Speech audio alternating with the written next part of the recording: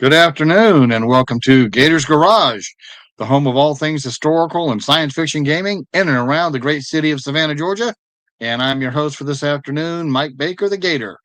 Today, we're going to be looking at uh, a sample game from a new company that I just started carrying, Sound of Drums. I did an interview with their founder about a month ago, and I've been promising you guys that I would do an unboxing of one of their flagship games from their flagship line, History of the Ancient Seas. We're going to look at Hellas. So Hellas, HELLAS. Let me give you the box top here. I've not yet quite updated the whole to the whole full studio thing yet, so bear with me. There we go. Hey, look, you hid my face. How cool is that? Anyway, Hellas. So yeah, it's a big game. It's awesome. Um, it is a two-player version of the Peloponnesian War. You can see here takes place in and around Greece. There we go. You have to trust that looks good. There we go. Yeah. And so this is actually one of the scenarios. We'll come back to that. But it's a two-player game that it can best be described as a mix between diplomacy and maybe Scythe and Civilization. Kind of a mix that way. Combat is diceless. I haven't quite done a combat session yet, but from what I understand, it's really rather expensive. So it's not one of these games where the dice can save your bacon. Nor can they be used against you. So you just have to blame your own self for your mistakes. This is the cool rule book. And it's the first thing you come to in the box after the map. Um, it's full color. It's easy to read. They tell you it's not a complicated game, and they're right. It's pretty basic once you get the mechanics running. Total length of the rule book, including credits, 27 pages, which for me is light. I think the basic squad leader ASL starter kit rule book is like it might be 16 pages, but I know version 3 is somewhere around the neighborhood of 50. So, it wouldn't be a Gator broadcast if I didn't get a squad leader reference in there somewhere. So, not a huge rule book, and it's not like the print is like ultra fine print. It's about 14-point font, which makes it easier for everybody to read. I don't know if you're like me. I thought I'd like to have things at a distance when I'm looking at it. They give you a description of the game. They really don't give you an introduction to the Peloponnesian War. Um, but I think I'll include an introduction on my on my Facebook page, and I'll put a link in the description below. But basically, it was the struggle between Athens and Sparta. If you're not familiar with it, the struggle between Athens and Sparta for dominance of the Greek Peloponnesus, hence Peloponnesian War. And Sparta ended up winning because they surprisingly were able to get more allies. So totalitarian Sparta beat democratic Athens. No political commentary at all there. Because the Athenians got a little too heavy-handed with their allies, and the people were like, "Hey, wait a minute, let's ally with Sparta." But that's the war in a nutshell. But the game now, which is what we're really here to talk about. So that's the rule book. I won't bore you with a total walkthrough. Um, it's fantastic. It's got optional rules. It's got all kinds of cool things to make the game work. There is a fully mounted map board, and like I say, I can hold it up next to me. I'll one day figure out how this camera works on this computer. And that is just like an eighth of the map board. It is absolutely beautiful and absolutely gorgeous. It is hex based. Don't know if you can quite see the hexes there. Maybe if I get it all up close, you can get a good look. I'll try not to spill my coffee cup. There we go. It uses what has become common in a lot of hex-based games, where the hexagonal grid is really understated, so as not to interfere with the player's view of the beautiful map board. And it really is a gorgeous map board, um, covering the whole peninsula there, and more importantly, the seas around it. One of the things that really typified the Peloponnesian War was the number of naval battles that were fought by Athens and Greece. If you've been in the hobby, for a few decades, like I have, you might be familiar with the game Trireme by Avalon, old Avalon Hill game. They captured a lot of the fighting in this period, and there's some newer modern games that captured as well. But this is one of the areas where you really saw a lot of naval battles. So that's the map board, and to go on the map board, we have really some first class pieces here. One of the things I like about what they're doing, and a lot of game companies are doing, is they're making stuff out of wood. Um, Wood is actually a very renewable resource. I've been in and out of the wood products industry now a couple of times, and it's one of the things I've really garnered is that wood as a process as a material, it's 100% renewable. So you can chop it up, turn it into whatever you want. This is an army. Is actually a neutral army. I think it's I want to say Syracuse, um, and then you have blue for I think it's blue for Athens. No, it's blue for blue for Athens and red for Sparta. If I got that backwards, that's all right. But there you go. So that's a fleet there, and that's an army.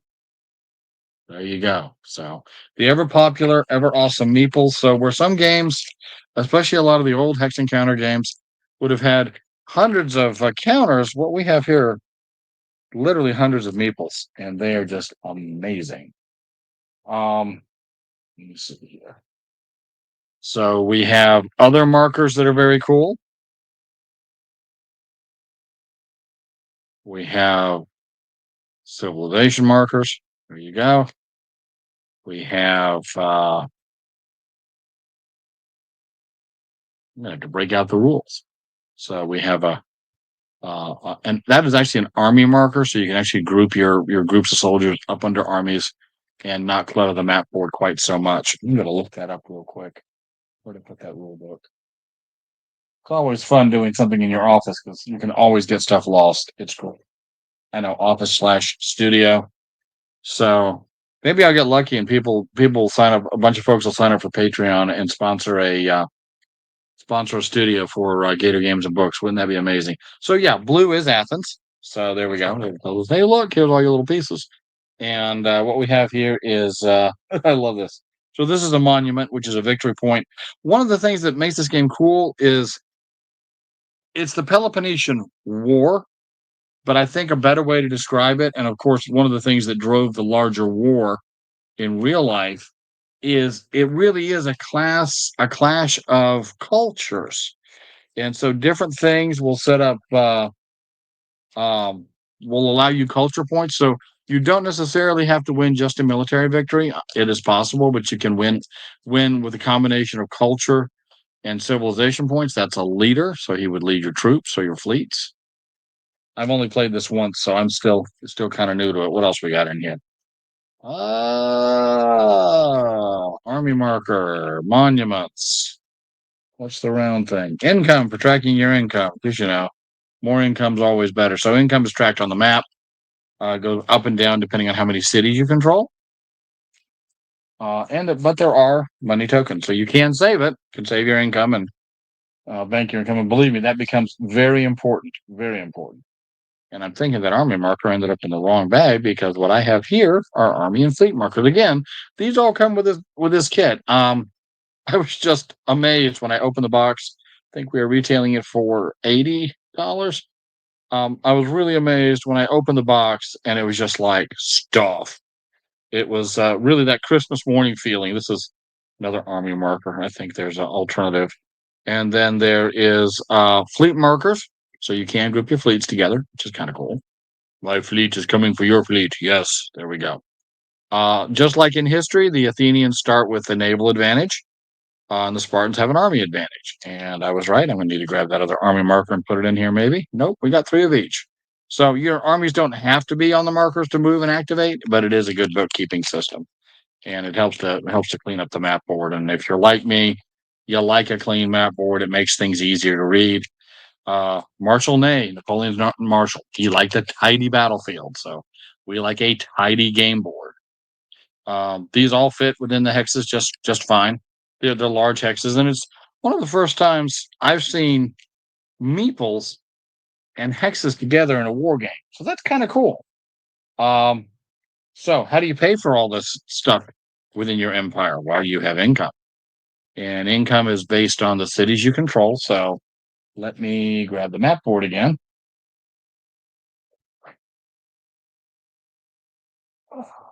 There we go. Gotta take a weight test just to pick the map board up. So there we go. We'll get it right. And if you'll see the different symbols by the cities and the areas, that's the resources that these cities provide your empire, and you need the combination of resources to build units and monuments. So when I say the game is kind of a cross between, I've also compared the game a bit to Catan, or the old Avalon Hill Civilization board game. It's there's a lot of things going on. You're having to build your units up. You're wanting to grow your culture and not necessarily start a fighting war because it carries risks and penalties. So there's a lot going on. So what you have to do is you got to set up a trade mission in each city. And when you set up a trade mission, you get a trading post. There's an Athenian trading post, because that's what they carried a lot of stuff in was jars. And again, it's a handy, fast bookkeeping method to mark these things. I know some people who play games like this with counters. They don't like necessarily the numbers and symbols. So now what you have are symbols and symbols. So at a glance, you're going to know that that's a trading post. These are monuments and fleets. These are fleets and ships, or monuments and armies, and these are armies and fleets. It's also designed, the components are designed, of course, to be multilingual, which is good. It allows the company to sell the game across all kinds of different markets. And the only thing they really have to change out is the rulebook. And I think they even have the rulebook available on their website in different languages. So that's pretty cool. What else do we have here? We have pyrocubes. And again, a lot of parts in here. So I can tell you, setting up the game, especially the first time, about an hour endeavor. As you figure out what's going where. If I had to set it back up, it would probably take me another hour. Just this wooden cube. I believe that's used to mark different things on the map. Probably where you have control. So I'm just giving the rule book a quick flip through here. To show you how transports and ships work, which is kind of cool. And they like using the blue pieces too. Blue is my favorite color. There's an action cycle, and there's also a level of conflict tracker. So a lot of things going on there. You can only take, I want to say, 2 actions a turn, or the players together can take 3, and so that has its own specific challenge. Not sure what the cubes are used for, and my apologies. I should know that, but hey, we have cubes, and all else fails, you can use them to. Like I said, I think you can at least mark control. I don't think you have to necessarily, because it costs to build a trading post, so you can have control without having a trading post there, and that can be important. There's also fortresses and monuments. Did I find the fortresses? Oh gosh, yeah, gotta have the fortresses. There you go, fortresses. So yeah, you can fortify and make your cities harder to take. Purple and yellow are non-player characters, if you will, what we would call NPCs anywhere else. Because a soldier got mixed in there. They like hanging around forts. So yeah, you build forts, and that helps you fortify against incursions by the nasty Spartans or Athenians, depending on your flavor. So there you go. As you can tell, the rule book is really easy to reference to, and it also has a copy of the entire board map on one page. Just if for some reason you wanted to photocopy that out or scan it, you could have it and then have it as a reference. Like I said, there's also the if you want to start right at the Peloponnesian War, you can set this up and you put the pieces where you see pieces marked, and they actually have on the back the actual scenario. So there's a couple ways you can play it. You can play the actual war. Oh, and there's the cubes. They're being used to mark different statuses. So there you go. Or you can do, and this is what me and Mrs. Baker did, is we just started from scratch and began building our empires. And there's pros and cons. If you just want to get stuck in, do the Peloponnesian War. If you want to take time to learn the game mechanics and build an empire and see if you can win without fighting, I don't know. You can do the empire building version, which is really cool. Let's see here. Yes, I believe the game does come with bags to store your stuff. Also comes with alternative victory conditions, which is kind of cool. So it doesn't ever have to be the same game twice. You can always change it up. Also comes with a AI, so you can play it solitaire. That's everything I know about that. I may go through and do an AI playthrough and put it on the channel or on my blog at some point. I find myself doing more solitaire games than I used to, just because I've got lots of games I want to play, and my schedule doesn't always line up with other folks. Again, component wise, wow, this is one of the control cards, and it is, you can see, it's good heavy card stock, very well made, very well put together. And I had heard of Sound of Drums. I've seen a couple of their games from one of my wholesalers. Really wasn't sure, but then we started talking. And I took kind of another look. I looked at Board Game Geek and talked to the guys. I'm like, wow, check it out. Here's your tech tree. Very important. When Mrs. Baker and I played, I definitely got to take advantage. So, technology matters, strength of your arms matters, culture matters. And I just think that is fantastic. They call it a development chart, and they actually give you an example of how the development chart works. And again, everything's good, heavy card stock. The game, when it's laid out, takes up the better part of a 4x6. I know it took most of our dining room table, which is roughly 3.5 by 6 feet. So it's not a small game by any chance, but you're determining who's going to control the Greek world. I mean, that's a pretty big deal. There you go. Um, Here's the control cards for the two empires, Athene, and there's your army markers, which is kind of cool. Athens has 2 and 3 fleets. And then you have the Spartans, which is really, and here's what's interesting is the Spartans have 3 armies and 2 fleets. And then these are different control points. These are different incomes down here. So again, good heavy card stock. Um, the pieces are not going to rattle around because they're not going to rattle around easy, because you actually got a lift there to keep things in place. And I just think that's fantastic. And I got to tell you, I was jazzed when I did the research on HELLAS, and then I did the research on Sound of Drums, and I'm like, these guys are awesome, and I've yet to be disappointed. Folks have really liked their games; they've done well for us. Buddy of mine I was talking to just was like, yeah, it's a fantastic game. Um, there is cost and stability, and there's one of these for each person. So you've got there's all your resources, and it tells you what you can use, what you use them for. So that's good. So a lot of good quick reference tables here, and then again, cost and stability. What I really appreciate, and all this makes the game cost maybe a little more, but what I appreciate is I would rather have a quick reference card than some games where you have to like constantly reference back into the rule book, back of the rule book for a chart, this page for a chart, that page for a chart. Just pull it all out. I'll pay a little extra. Now, did it have to be heavy card stock? You'd have been happy with it on good heavy paper, but it really does give a good experience. And again, this is a game about the classical period, history of the ancient seas, and what says classic more than good heavy components, right? Um, Here is the AI. Again, haven't given it a drive yet, but I probably will, because I've been really jonesing to put this on the table. But I've got 2 little kids, so I've got to do it either where they can't get to, or when they're in bed, which would be really like burning the midnight oil. But hey, it'd be fun. There you go. Again, like I was saying, it comes with, my apologies. It comes with foreign language rule books. I want to say German and French, or Spanish and French. Yeah, Spanish and French. So how cool is that, right? So Spanish, French, English covers a good chunk of the world. Company itself is out of Switzerland, I think. And then here's the rules for the solitaire module. So you effectively get what could be called 2 games in the box. You get the 2-player version. You and your best friend can sit there and do this big civilization game without having to get 4 or 5 more other friends to play. I don't know if you're familiar, if you're familiar with like Catan, you really want at least 3 players. 2 players is okay.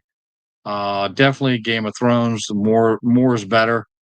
or The Last Kingdom, which is another game that we carry that's very much that whole multi-polar political thing. You want more players, or the Twilight Imperium. Yeah, another one of those good big games, but you got to have at least three. This one you can do two-player, and there's often a place for that. It's part of a whole series. There's a three-player version and a five-player version. Gator Games carries the five-player Mare Nostrum, which adds three more empires. Same mechanics in all three games, including an ability to have an AI player playing. We also have recently added some expansions. You can find those on our website, and I'll include a link in the description below. But again, I'm very pleased. This what seems to be a relatively first effort by Sound of Drums. They're also moving heavily into the Hex Encounter Napoleonics, and they're giving it the same treatment. Very high quality components, larger components that are easier to read. I think as some of us gamers put some age on, those little half-inch counters with 6 different factors on them maybe have gotten a little hard to read. And regardless, larger counters just look, they feel better to the hand. They look better on the table, and a larger mat board, for a game that you're gonna really sit down and enjoy, can definitely increase your enjoyment of the game. I think that's it for everything. I just wanted to kind of just unbox it, say, hey, if you're interested in Hellas, if you ever had a curiosity about it, I hope I've answered some questions. I again, where some games have 100 zillion counters, this game has 100 zillion wooden meeples, and everything has a form and function. And they do come, like I say, it does come with its own plastic bags to help you sort the little guys, so that's handy. And it's a lot of fun. I can't give it a better endorsement than that. I can't wait to play it again. Got any questions, comments, observations? Feel free to drop them in the comments below. We're always wanting to talk to our folks. As always, give me a like, give me a share. If you haven't subscribed to the channel, subscribe to keep up with all the stuff that we post. We post live videos, we post just regular postings, sometimes sales, sometimes just updates on stuff that we're doing. You guys are real important to us. And remember, you know, doing this stuff is thirsty work, and it is something I do pretty much full time because I love the hobby. So if you get a chance, sign up to buy us a cup of coffee at Ko-Fi at $5 a month, or sign up on Patreon at $5 a month. I got Patreon members right now. I have like one, but I get enough Patreon members, and you might even see some special sales just for Patreon members. So a little incentive there. The best way, of course, to support the channel is buy merch at Gator Games and Gator Games and Books. .wayx, and we are continuing to add to our product lines. We will be bringing more things in from Sound of Drums. We're about to drop some new products from Amarillo Design Bureau, which is very cool. And of course, we're continuing to restock and do the whole refresh with Bolt Action. And we hope you guys will keep up with us for that. Oh yeah, and of course, I would be remiss if I didn't mention the Barons War and the Corps War from Wargames Atlantic that we stock. So got a lot going on. Board games, miniature games. Might even look at doing some books. So there's a lot going on here. Keep up with us. Share us with your friends. If there's something you'd like to see us cover in a video, give us a shout, and we will do our best to accommodate. All right. Thank you for your time. Hope y'all have a good afternoon or evening, depending on when you watch this, or morning. And thank you for spending time with me.